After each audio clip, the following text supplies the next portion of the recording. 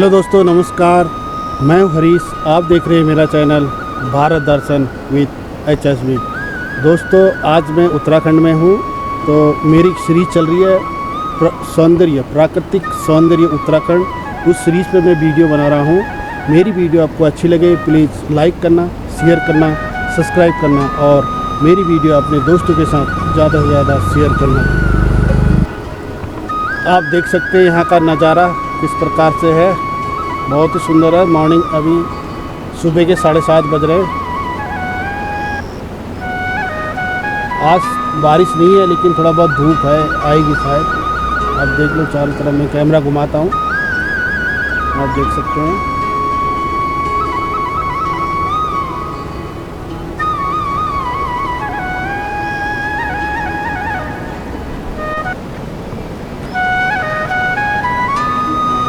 ये ग्राम तिलौरा है। ये आर्ट बना हुआ है, खेतों से आर्ट बना हुआ है श्रीलंका टापू की तरह। आप देख सकते हैं नीचे कोसी नदी बह रही है।